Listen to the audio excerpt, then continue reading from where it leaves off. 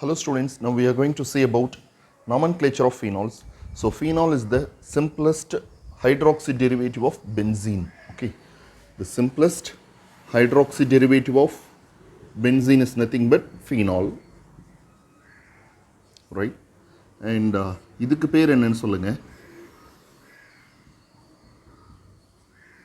பென்சீன்ல ஒரு CH3 இருந்தா இதுக்கு பேர் toluene. Okay.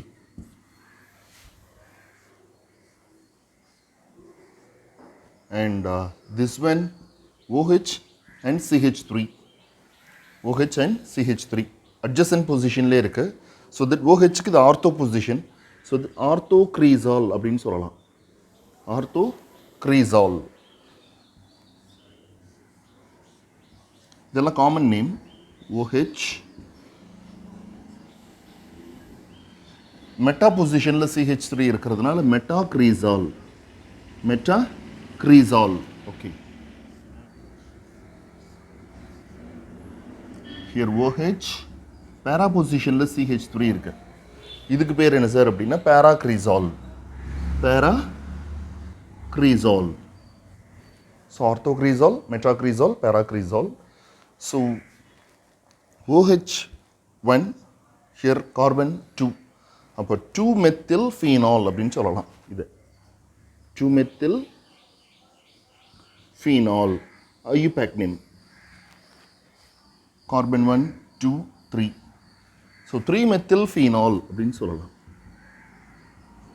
3-methyl phenol, and this one it is said to be 4-methyl phenol.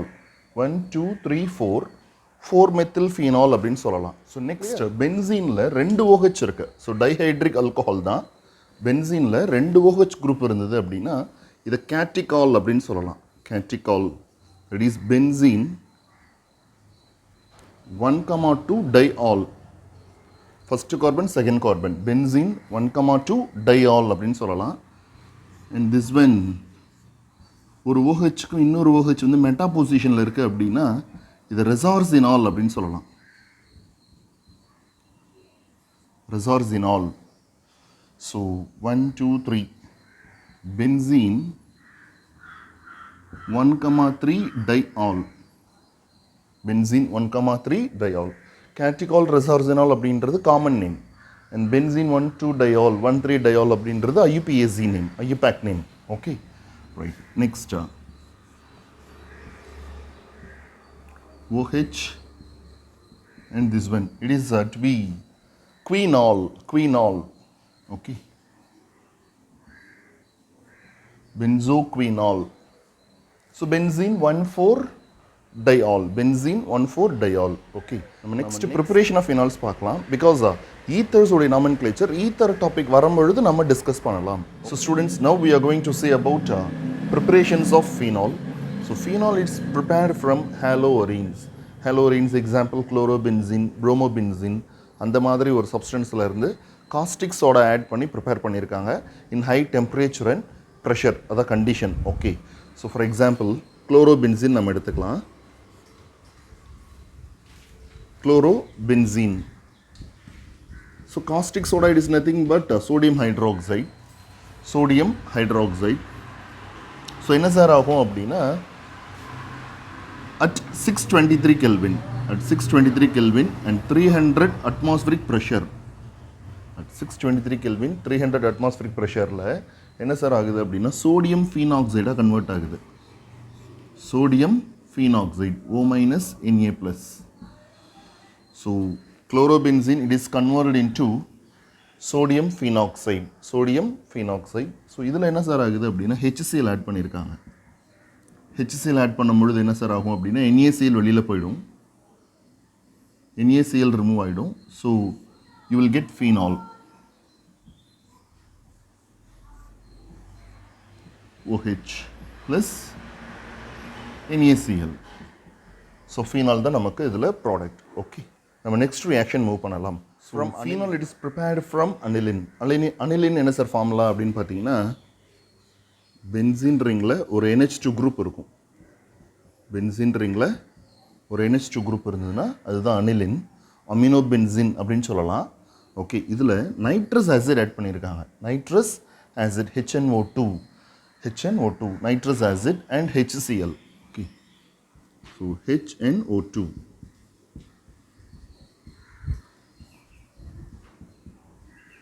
The presence of acid solution HCl. So என்ன sir ஆகுது அப்படின்னா condition வந்து 273 to 278 Kelvin. So sodium nitrite. So என்ன sir ஆகும் அப்படின்னா இந்த H2O ரிமூவ் பண்ணிடுங்க.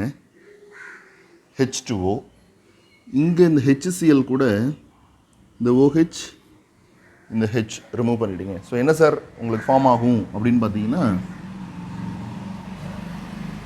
Benzene ring N double bond N Cl. So easy ஞாபகம் வச்சுக்கலாம். So benzene diazonium chloride, benzene diazonium chloride.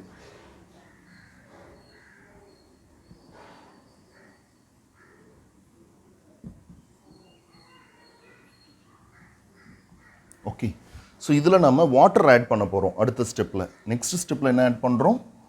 we are adding water. So H2O we are adding. So என்ன sir form ஆகும் அப்படின்னா nitrogen gas வெளியில் வந்துடும். Nitrogen gas N2 remove ஆகிடும். And then இதில் இருக்கக்கூடிய ஒரு ஹெச்சும் இங்கே இருக்கக்கூடிய சிஎல்லும் HCl-ஆக ரிமூவ் ஆகிடும். வாட்டர் H ப்ளஸ்ஸாகவும் OH மைனஸாகவும் பிரியும் இல்லையா? ஸோ அந்த OH தான் இங்கே வரும் உங்களுக்கு. So OH we get phenol. phenol நமக்கு ஃபார்ம் ஆகும். So plus N2 plus HCl. So students, next reaction, phenol preparation from sulfonic acid, benzene sulfonic acid. So எப்படி சார் அப்படின்னா பென்சீன் நம்ம எடுத்துக்கலாம் ரியாக்டண்ட்டாக பென்சீன். இதில் ஓலியம் ஆட் பண்ணுறாங்க.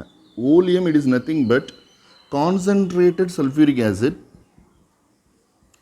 Oleum it is nothing but concentrated sulfuric acid plus excess of sulfur trioxide gas இருக்கும். excess of sulfur trioxide gas இருக்கும். So இதுதான் இந்த ஓலியம் அப்படின்றது.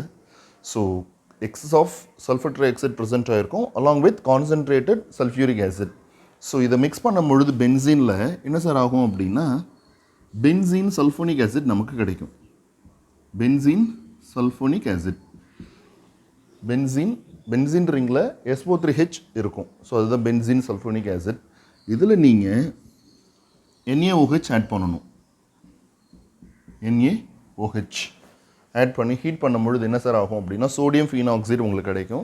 அந்த சோடியம் ஃபீனாக்சைடில் நீங்கள் என்ன பண்ண போகிறீங்க அப்படின்னா ஆசிட் ஆட் பண்ணீங்க அப்படின்னா உங்களுக்கு ஆட்டோமேட்டிக்காக ஃபீனால் ப்ராடக்ட் கிடைச்சிரும். Okay, so sodium hydroxide add பண்ணிவிட்டு என்ன பண்ண போகிறீங்க அப்படின்னா ஹீட் பண்ணோம் அப்படின்னா உங்களுக்கு ஆட்டோமேட்டிக்காக இந்த benzene sulphonic acid it is converted into sodium phenoxide. Sodium phenoxide O minus Na plus sodium phenoxide. இதில் நீங்கள் ஆசிட் ஆட் பண்ணணும். HCl ஆட் பண்ணும்பொழுது ஆட்டோமேட்டிக்காக என்ன ஆகும் அப்படின்னா OHன்னு ஃபார்ம் ஆகும். O மைனஸ் H ப்ளஸ் OHன்னு ஃபார்ம் ஆகும். NaCl வெளியில் போயிடும்.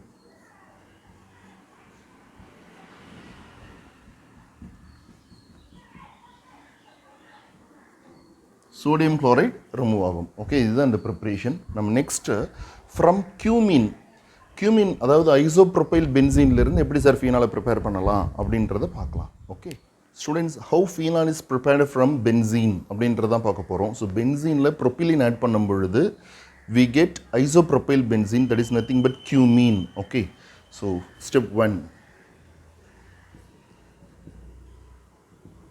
பென்சீனில் ப்ரொப்பிலின் ஆட் பண்ணியிருக்காங்க. CH3 CH double bond CH2 in the presence of concentrated H3PO4 orthophosphoric acid, and we have to heat the reaction 523 Kelvin. அப்படி ஹீட் பண்ணும்பொழுது என்ன சார் ஆகும் அப்படின்னா ஸோ இந்த பாண்ட் இங்கே ஷிஃப்ட் ஆகும் பொழுது இந்த கார்பனில் ப்ளஸ் சார்ஜ் இருக்கும். அதாவது செகண்டரி கார்போகேட்டையான் ஃபார்ம் ஆகும். இந்த செகண்டரி கார்போகேட்டையான் அப்படின்றது more stable compared to primary carbocation. Okay, கார்போகேட்டையான்னா கார்பனில் ப்ளஸ் சார்ஜ் இருக்கிறது தான் carbocation. So that we get பென்சீனில் ஒரு ஹைட்ரஜனை ரீப்ளேஸ் பண்ணிவிட்டு இந்த CH இந்த கார்பன் தான் கார்பனில் பென்சீன் ரிங்கில் அட்டாச் ஆகும். ஓகே, ஸோ இந்த மிடில் கார்பன் தான் இந்த பென்சீன் ரிங்கில் அட்டாச் ஆகும். ஏன்னா இந்த கார்பனில் ப்ளஸ் சார்ஜ் இருந்தால் தான் மோர் stable. Clear? Okay. So CH, CH3, CH3. So இதுதான் கியூமீன், அதாவது isopropyl benzene.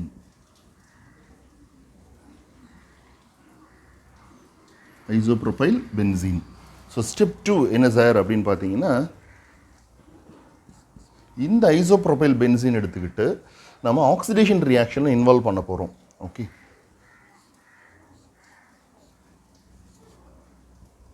CH, CH3, CH3. Step 2. So cumene தான் இது, வேறு எதுவும் கிடையாது. ஓகே.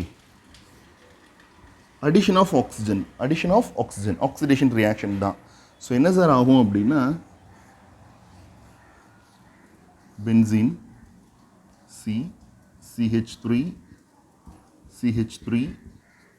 இந்த சிக்கும் ஹெச்சுக்கும் நடுவில் இந்த 2 ஆக்சிஜன் ஆட் ஆகும். ஓகே. ஸோ ஞாபகம் வச்சுக்கோங்க, CO பாண்ட் H. ஸோ இந்த ஸ்டெப்புக்கும் இந்த ஸ்டெப்புக்கும் என்ன சார் வித்தியாசம் அப்படின்னா, ஆக்சிஜன் ஆட் ஆகிருக்கு, இந்த கார்பனுக்கும் ஹைட்ரஜனுக்கும் நடுவில். ஓகே. ஸோ ஞாபகம் வச்சுக்கோங்க. So this one it is said to be hydrogen peroxide formula தெரியுமா உங்களுக்கு? H2O2.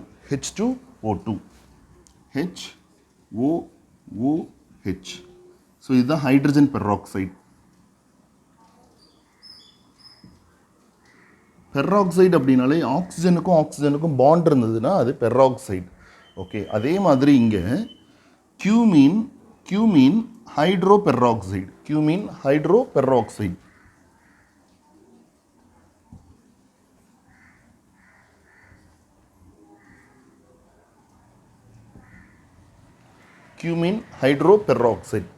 Clear? Okay. So next ஸ்டெப்பில் என்ன சார் ஆகுது அப்படின்னா, நமக்கு ஃபீனால் ப்ராடக்ட் கிடைச்சிரும். அசிட்டோன் வெளியில் போயிடும். CH3, C double bond O, CH3. இந்த பாண்ட் பிரேக் ஆகிடும். ஸோ OH இங்கே வந்து அட்டாச் ஆகும். So by adding H2SO4, we get phenol. ஞாபகம் வச்சுக்கோங்க, பென்சீன் ரிங்கில் ஒரு OH வந்து அட்டாச் ஆகும். So phenol plus CH3, C double bond O, CH3. இந்த பாண்ட் பிரேக் ஆகிடும். இந்த கார்பனுக்கும் இந்த பென்சீன் ரிங்க்கும் பிரேக் ஆகிட்டு OH வந்து அட்டாச் ஆகும்.